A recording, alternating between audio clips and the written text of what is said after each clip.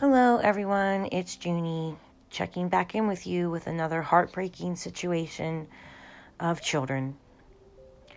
Basically, two missing boys who have not yet been found. However, the parents have been charged with their murder. They were charged on 5 of the 7 charges. Trezell and Jacqueline West. They adopted parents of these two beautiful young boys. 1-3, 1-4. They were reported missing in 2020 from California. They have been charged with second-degree murder and other crimes as well. So we do have some closure there, unlike some of our other cases where the parents, unfortunately haven't been charged and the children are still missing. Unfortunately, with missing children, it's sad that, you first want to look towards the parents. Also, with pregnant women too, if a pregnant woman goes missing, or if a pregnant woman is found murdered, it's more so, majority of the time, it's their partner, or it's their husband, the father of the child, of the unborn baby, is usually at fault. Not always, okay, but the higher percentage of pregnant women going missing are found murdered. It's usually it's the partner and the father of that child. Unfortunately, it's kind of the same percentage with missing children. So usually the guilty party is the parents. Not always. Sometimes it's a legit kidnapping. But there was enough evidence that they were able to put together to charge these parents with second-degree murder. So this is a very, heartbreaking case. Orson and Orrin West, again, they were 3- and 4-year-old brothers. They show up as twinning because they show up in Gemini. So that's how close they are, and the planets recognize that and, have them being shown as two brothers in Gemini. That's what Gemini means. Gemini rules siblings. So, and that it would be two people. And it's showing up on the victim side, representing the AC line. Now, we have the Sun and Mercury on the killer line, on the open enemy line. And the Sun usually represents an authority, someone that would be in charge of these two boys, and a father figure or a husband. The chart also has a couple critical degrees. An ongoing theme is the 29th degree. And on a natal chart, it's not bad. But remember, this is a crime chart, so we need to look at a crime chart differently. And when you're looking at crime charts, what I would recommend is Googling the 29th degree in death, or because if you're just going to Google what does the 29th degree mean in astrology, it's just going to give you the basics of the natal chart. So you want to say, what does the 29th, Google something like, what does the 29th degree mean in crime? Or what does the 29th degree mean on a negative side? Because remember, astrology is good, bad, and neutral. It's got all 3 sides to it. An angelic side, an evil side, and a neutral side. So when you're Googling this stuff, if you're doing crime charts, just remember that you're looking at the negative aspects of a crime, okay? So on a natal chart, 29th degree isn't, it's still a critical degree, but in crime, it means that something's already happened and we're too late. A decision has been made. Even if we wanted to intervene, we couldn't. Michael Vaughn was another chart that we did that was the 29th degree. That something's already been decided, something's already been done. Even if we wanted to intervene, we couldn't. It's decisions have already been made. That's basically what it means. Also, we have the North Node showing up too. And in Caroline Lilly's book, Criminal Astrology for Everyone, Paying attention to the north node and the south node can mean that they are either with their killer, with them unaware that they're with their killer, or that they're trying to get away from their killer, or that they're trying to flee their killer. Another thing to consider is that we have Capricorn in the 7th house. Capricorn can represent a father as well, an older man, a man that might have issues with his skeletal issues. He might have knee problems or teeth issues. They can be lean and mean, and they can be a disciplinarian. So I'm curious if, we have a disciplinarian thing that got out of control here with the father. Also, another thing to consider is that the ruling planet is conjunct the sun. So you pay attention to the AC line because it's ruling the victim, and that sign's planet is sitting over there in the house of the killer. Okay? So that kind of puts a connection that our victims were in the killer's house, are in the killer's domain when this event occurred to them. Okay, that they were either willingly or unwillingly, they were put in the killer's domain. They were on the killer's territory is basically what I'm trying to say. Because the ruling planet of Gemini is conjunct the sun, which basically is representing a male in the killer's house. And it's letting us know with the north node there that they're all together, okay? And that, either willingly or unwillingly, these children were in the territory of the killer's domain. That's what I'm trying to say. Sorry. Okay, so we're going to go to the top of the chart, which is the midheaven of the chart now, and there's a lot of activity going up on the midheaven line. We have a lot of asteroids, even Nessus is here, which is another placement in astrology that was feared by the ancients as well. It's feared just as much as Algol, the placement of Algol when it shows up on a crime chart. So it's especially for children, guys. Okay, so we also have the moon conjunct Neptune. So to me, I'm looking at this that either the mother of these boys had drug problems or had some type of secret lifestyle that, wasn't conducive to raising children, and that's why these boys were put up for adoption. This is the birth mother. It could actually even be the adopted mother too, but I'm feeling like it's probably the birth mother had possibly drug and alcohol related issues to the upbringing of her children, and that is why she lost her children. Okay, so the other one that we have is Ceres, and it has to do with basically fostering children. It can do with other things too. It can be legal issues with children sometimes, especially if it shows up in Libra, but it can have to do with parenting, being a parent, and fostering other people's children, handing off, children as a third party to care for those children, and something goes wonky in the transit of caring for these children. And just looking at this, I do feel like it has to do with the natural birth mother, that she lost custody of her children. They were put up for adoption, and Ceres can also be grieving the loss of those children. So, and I do believe that it's the birth mother that, came forward and said something wasn't right.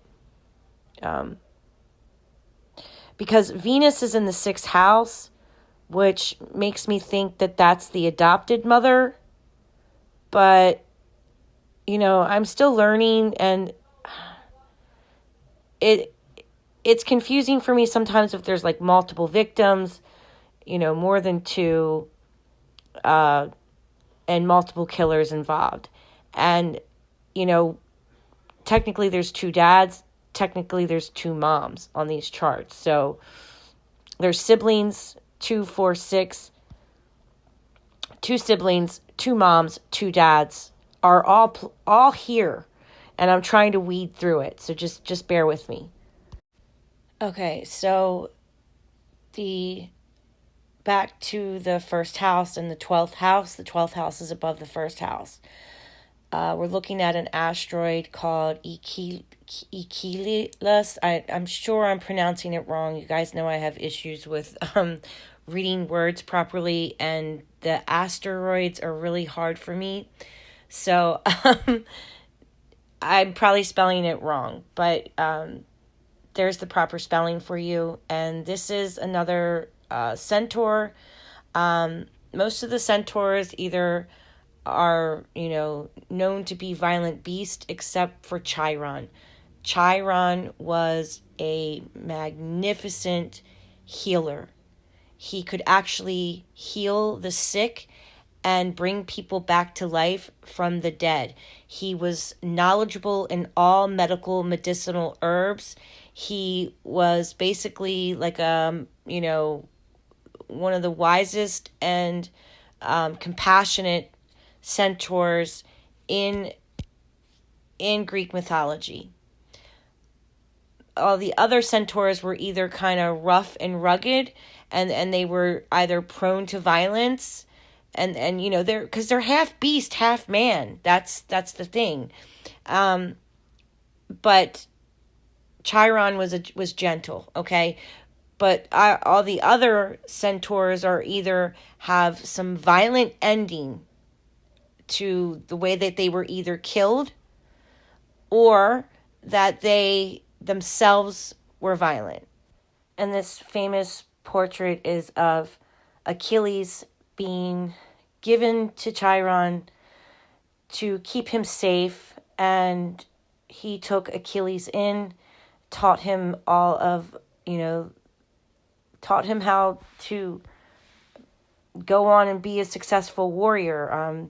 Chiron was skilled in all of the arts of war, all of the medical practices, and we know what Achilles went on to do. So, and he was taught by Chiron. Okay, so the fact that this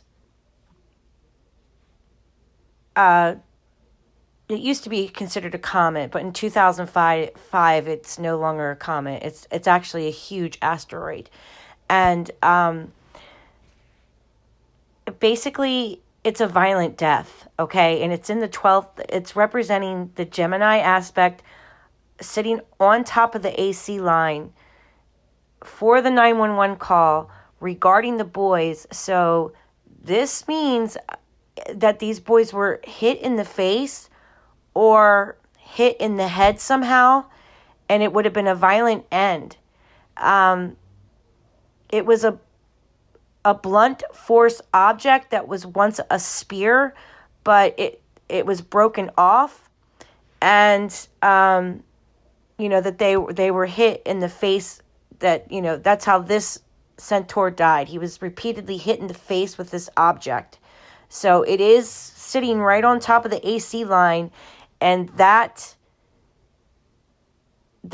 AC line represents our 2 boys. Now, I hope that's not how they passed, but this is what the planets are trying to tell us.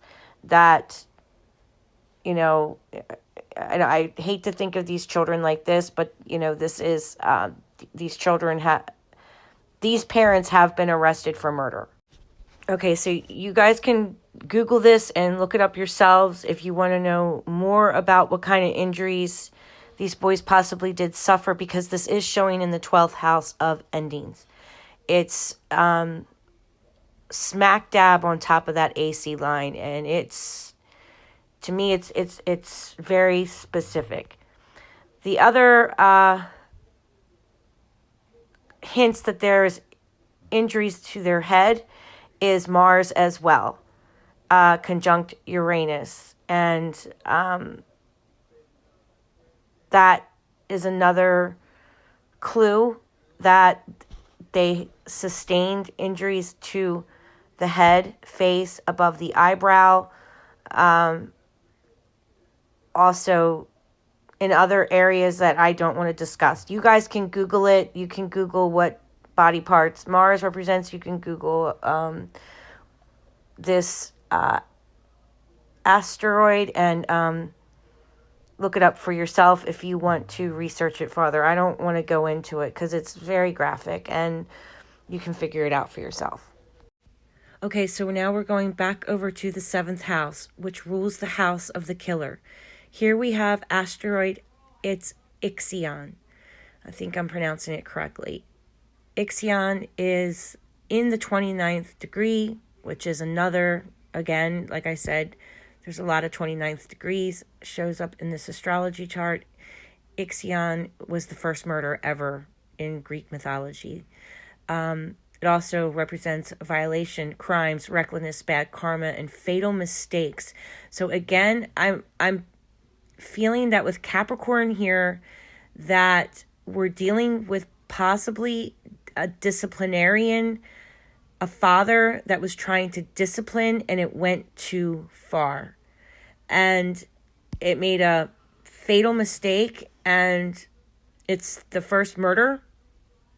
It's sitting in the 29th degree, which means murder, in a crime chart. Again, remember, this is not a natal chart. Sometimes I always get worried that you guys are going to think you're going to look at your natal chart and you're going to see the 29th degree and freak out because you're going to be like, oh my gosh, Juniper said this. Remember, we're doing crime. It's a whole other way of looking at astrology and breaking down the chart. So don't think that if you have the 29th degree on your natal chart that it means that you're going to, grow up to be a murderer, or that if you look at your daughter's or son's astrology chart, that's what it means. This is looking at astrology through a criminal mind. Okay. It's very different. And we're looking at it as a victim and an enemy. Who is the enemy to our victims? Okay, that's how we're looking at it. Okay, so just again, don't freak out and panic if you pull up your natal chart and you see these degrees. This is for an event chart, not even connected to a birth chart. It's connected to an event chart that's sitting over top of that house when the 911 call was made. Okay, it's just the position of the planets during the crime scene. It's not connected to a birthday. It's not connected to a person. It's connected to a location over top of that house of the position of the planets when that crime took place, or when the 911 call was made. Sorry. Okay. Okay. Now we're going to go up into the 8th house, which is the 8th house of death. Now, house of death, sex, taxes, other people's money, all rules the 8th house. So Saturn is conjunct Pluto, which to me means that, we are definitely looking for a deceased body at this point. That's how I feel when I look at that. Jupiter is conjunct Saturn. So I feel like this can kind of be a clue that where their bodies might be located. So, because it's conjunct Saturn, and Jupiter rules Sagittarius. It rules the 9th house, and it can mean fire as well. Or that something was burned. And there is evidence that things were burned. So Jupiter it is a fire sign, and it also represents churches, businesses that would have to do with like tutoring, our coaching, our sports, hunting, things like that, like a hunting store, or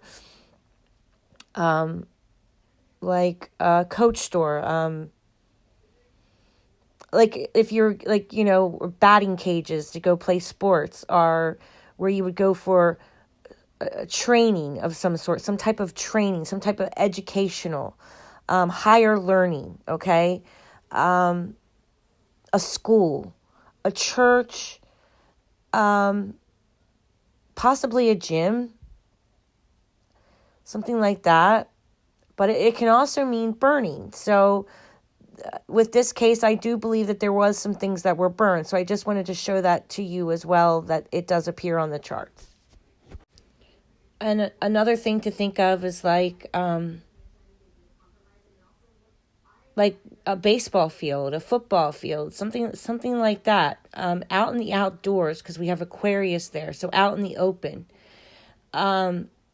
Aquarius and Capricorn on the cusp like that reminds me of Susan Morphew. If you can remember the location of where Susan Morphew was at, so it could be a hilly location out in the wild. I feel like we're kind of cuspy of Capricorn and Aquarius. So, this would be dry dirt, sandy dirt, areas that lack water. However, it could be near a sewer. It could be near a drainage ditch. It could be near an area where water runs off of, or like a creek nearby, because Aquarius rules fresh water. It rules small streams,